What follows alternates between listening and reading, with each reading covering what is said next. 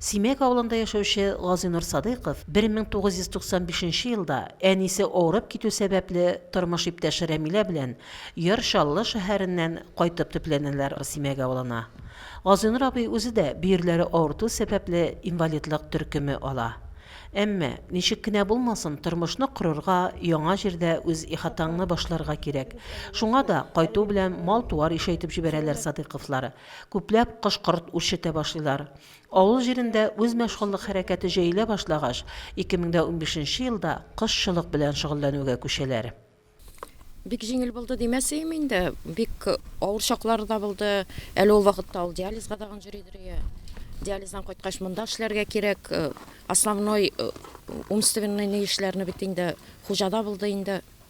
Шуңа күрә авыр чаклар күп булды инде.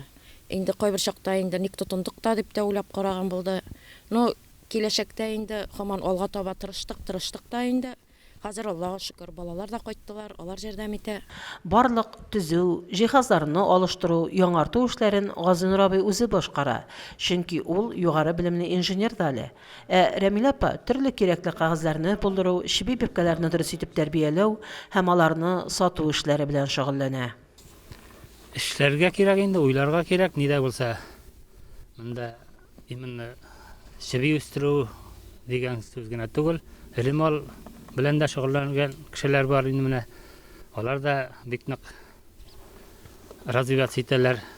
Казлар үстергә була. Монда хәзер бит инде хөкүмәтнең бик күп программалары бар.